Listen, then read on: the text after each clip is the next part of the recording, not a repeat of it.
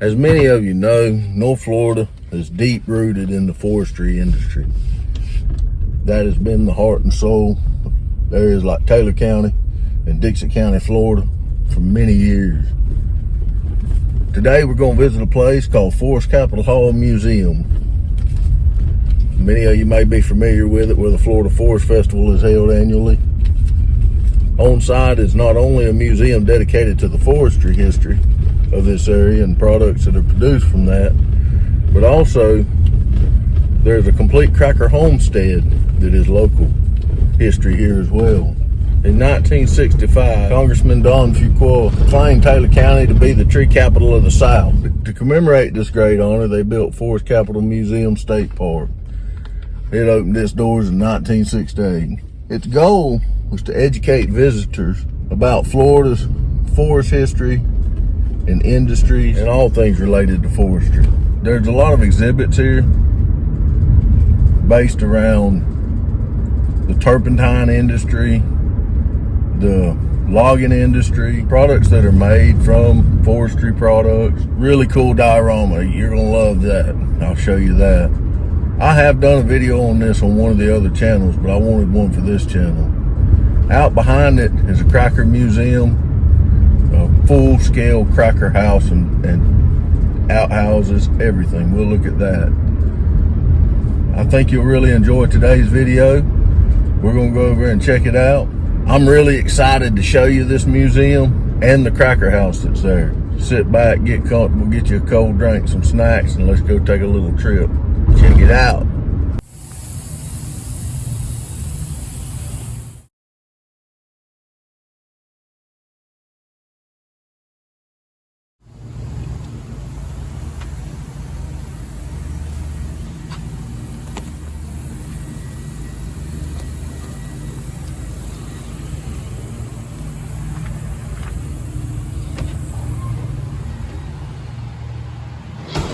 The lobby you come into at the first entrance.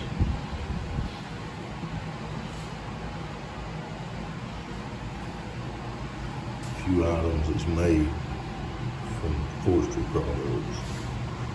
Pine nettle, pine tar shampoo, old time soap, pine tar, pine bark extract, turpentine soap. See some of the gum balls in there in that bag. Well.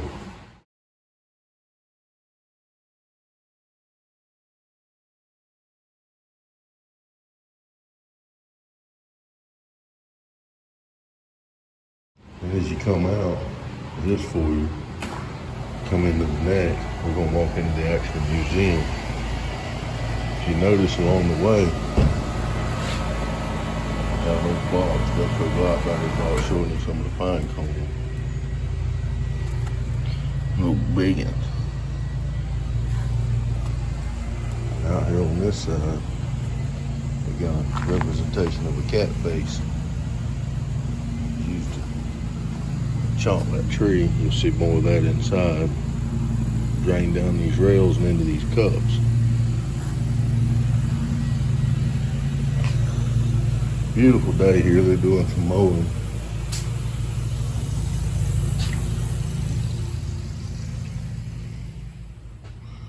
Whole inside of this dome of Pecky cypress wood.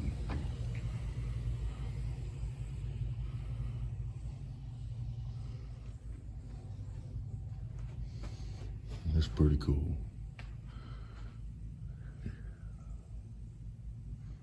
Each of Florida's 67 counties is represented by a species of wood native to that area. The state's abundant moisture and mild climate make conditions favorable for the growth of a wide variety of plant species. Of these, 314 are classified as trees. You can see each county is cut from a different type of wood. On a kind of blue background. This first foyer here has got some pictures related to the history of logging. Clawahey River, located near Ocala in Marion County. There you can see them using some cows, cutting down the trees. It's an old skidder to bring them to the road.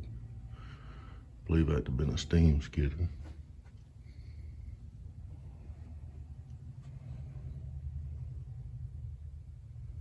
See the tree laying underneath it, chain it to it. And then came the railroad.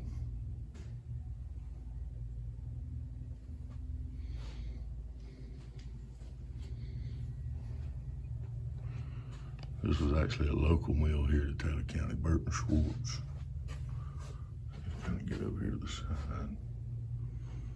It's hard to see it with the glare. You see a water tower here. The logs coming in on the train here. Float ponds.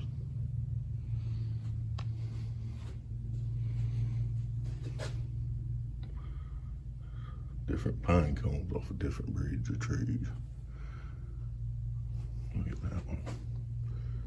And I got a pretty big hand.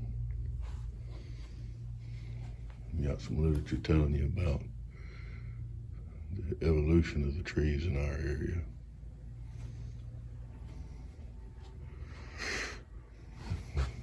Here, it's a display just showing you the different animals supported by the forest and habitat. You see squirrel, bird, bobcats, turtle,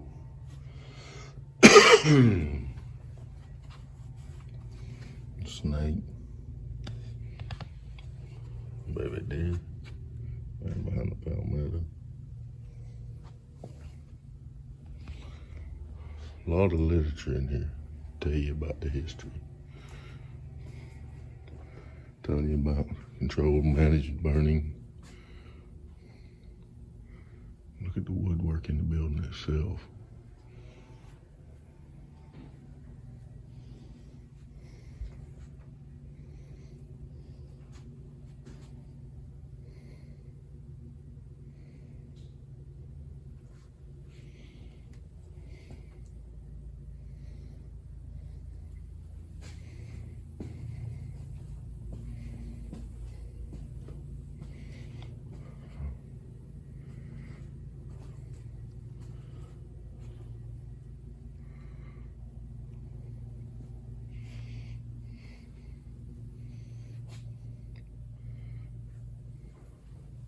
Working our way around to the turpentine industry. Beautiful artwork in there.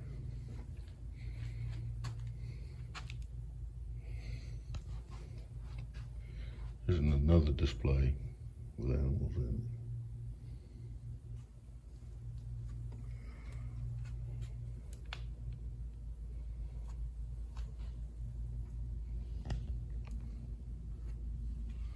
Showing you what the forest supports.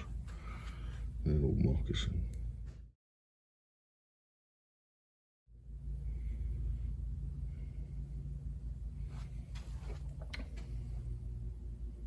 Heron. Now we come around to the lumber and turpentine history part of it.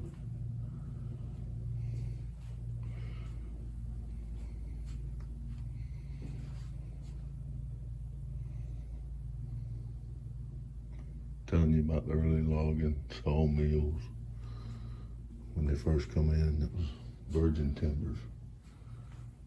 The history of the live oakers.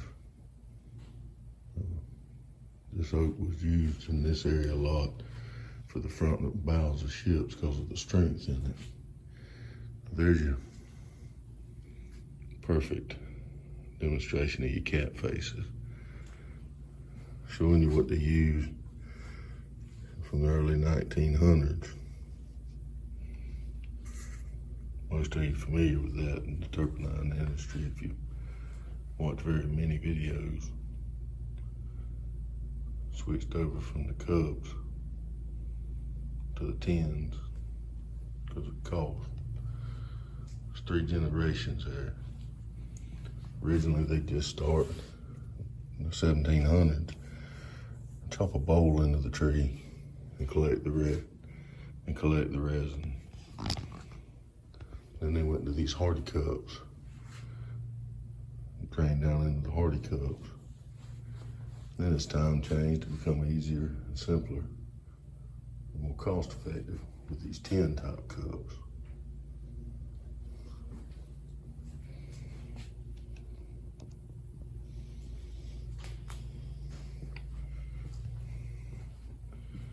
Here are some of the tools of the trade.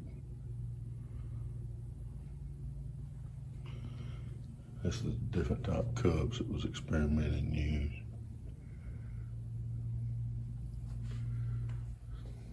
A broad axe, double-edged scrape, a wooden maul,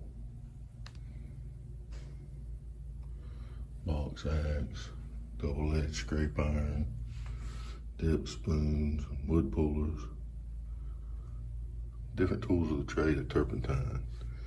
Now this is what I think is really cool. It's a diorama built in, back up where you can see it.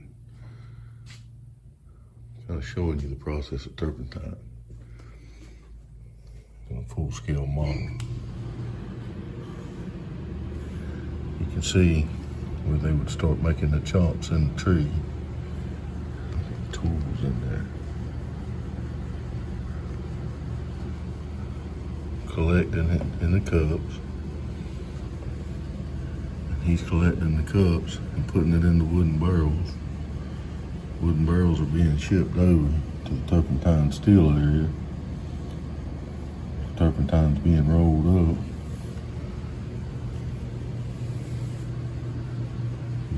Processed. Here on the steel, and finished product being packed in the barrels. That's pretty neat if you look at the way that's designed and laid out. You see the tray way over there on the other side. The product will come out.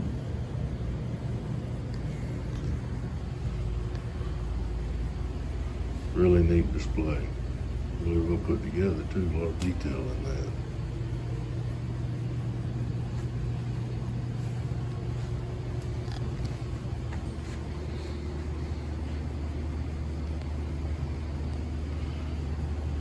Then when you get into the center of the room, I'll give you a few pictures here of what it looked like back in the day.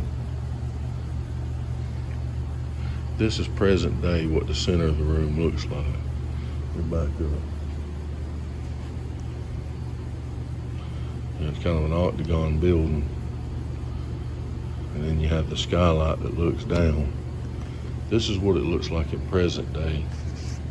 This cracker house we're going to go out back and see, this cracker plantation. But you see the model, that's what sits there today in 2023. Here's what was sitting here in 1976. This glass artwork, stained glass. That has changed. I've seen some other pictures of when it was younger or at earlier times, and not much else has changed. This is basically showing you the different products that was built from the items that come out of the forest. You see the wooden checkerboard, backgammon, a wooden yo-yo up there on the chalkboard. Kids' blocks, and of course household stuff, cabinets made of wood, come from the forest, paper products, violin, and a lot of your goods in your cabinets are come from forest products. Your building materials, a lot of your lacquers, varnishes, things like that, all products that involve the turpentine industry. Here on this wall, they got a good little chart that shows you, tells you a little more about it, showing you like your pulp, what the stumps are used for, what they get out of the logs, the gun. Here's some tools of the time era. Used for harvesting products, growing products. They call it tools of the past.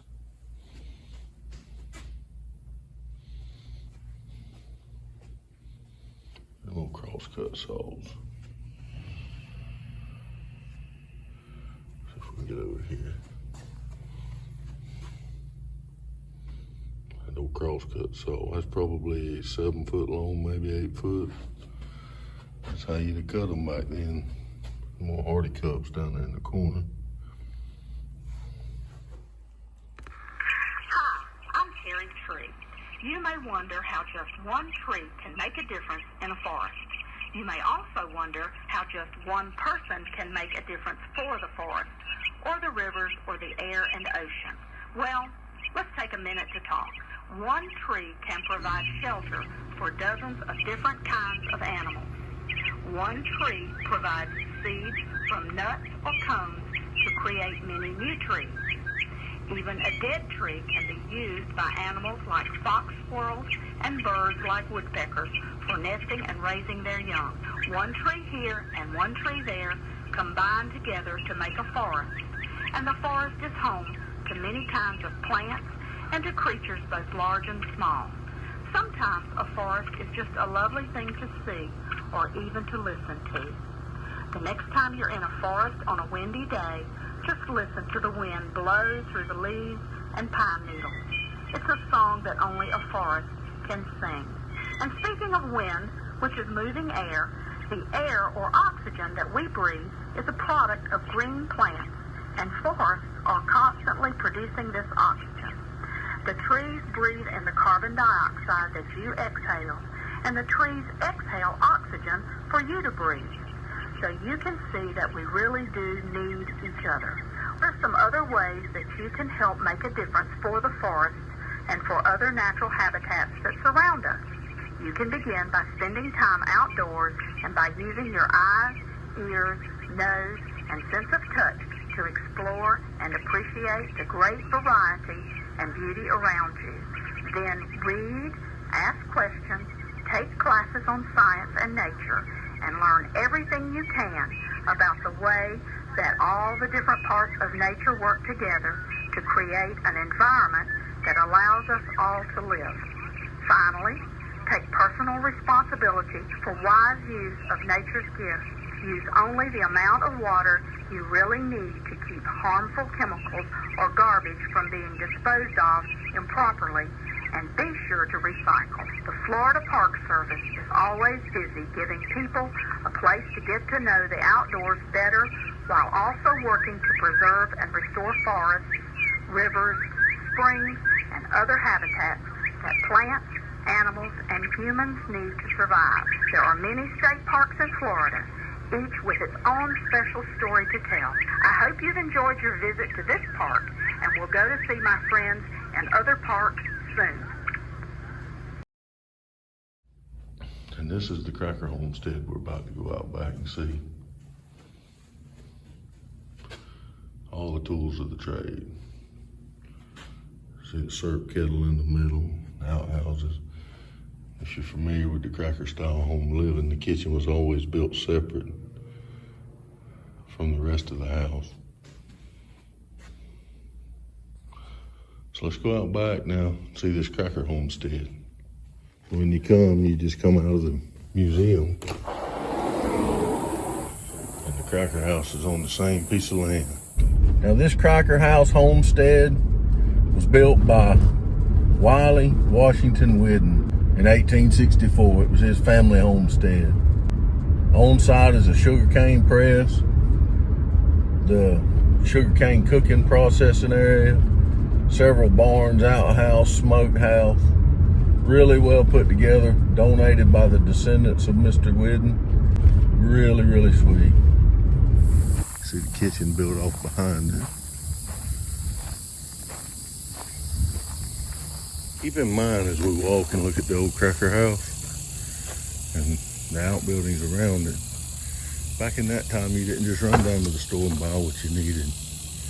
You had to produce it yourself or trade stuff you could produce for it to your neighbors.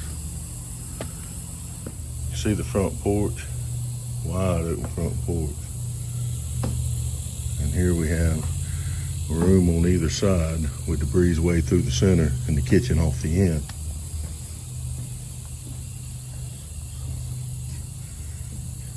A lot of the tools that you would need throughout common tasks would have been here on the farm. Had an old barrel for water.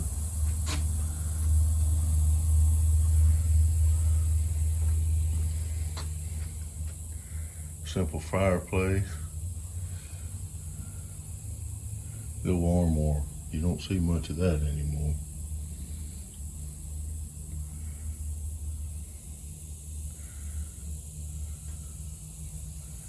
Water basin by the bed, baby crib. It's what you would have washed your hands up in. Just basic hand care. You can see the wood over wood design.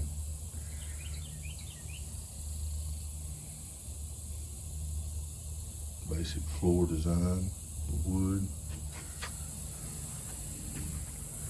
And off the side of this room, you also have a porch on its opposite side. This is the room we just looked at. We haven't looked at this room yet. We're gonna try to get a look in from the other window on this room before we move to the next one. As you can see, there's windows on the outside of these rooms with wooden shutters.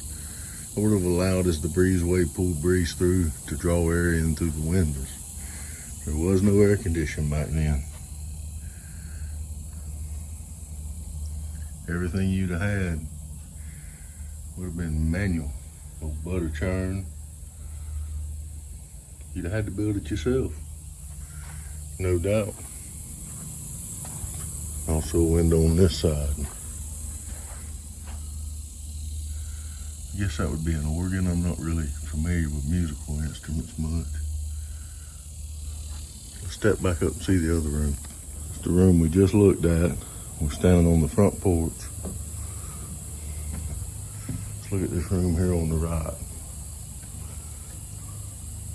You'll notice it's very similar in design, exact. There's 2 beds in here, the old sewing machine. A bathtub of sorts. Sit in, wash. Another butter churn, fireplace. You can see here, these were very common in the time. Picture up here, the man wanted to shave or wash up. That's what he would have used. Same beam design in the roof.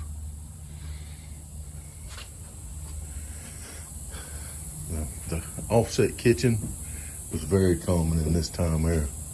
As we walk out on the back porch, you can see it's board over board.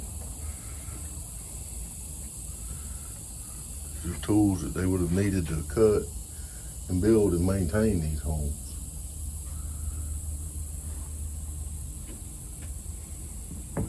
See the old well over there. Let's walk here and look at the kitchen. Adjust ourselves to the light. You see how much larger that fireplace is for cooking. Some of these homes, if they'd have had money, would have also had a cast iron stove in them. Old pot belly stove. You can see the big iron pots underneath used for cooking.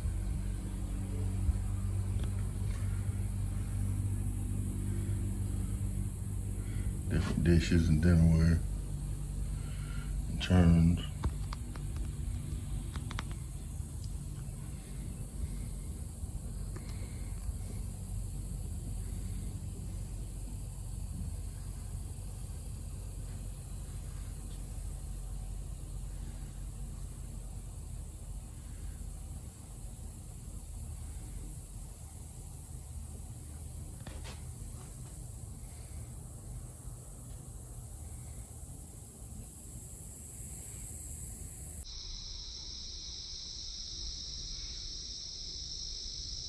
And all of these would have had a hand dug well where the water would have come from. where the younger ones would have kept water built in that barrel I showed you on the house.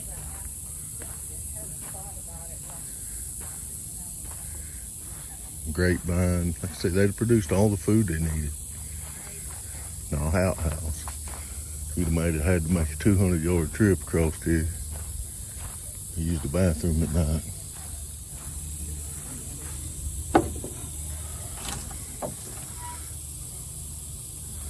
Well,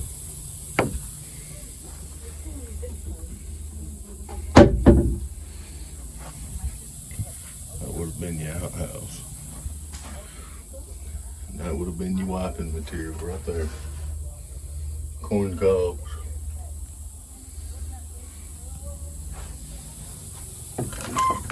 See that simple latch. And you'd have had to build your own outbuildings to store your equipment that was used on site. Your animals, most of them had chickens, chicken pens, a few cows, maybe a milk cow, milk goat.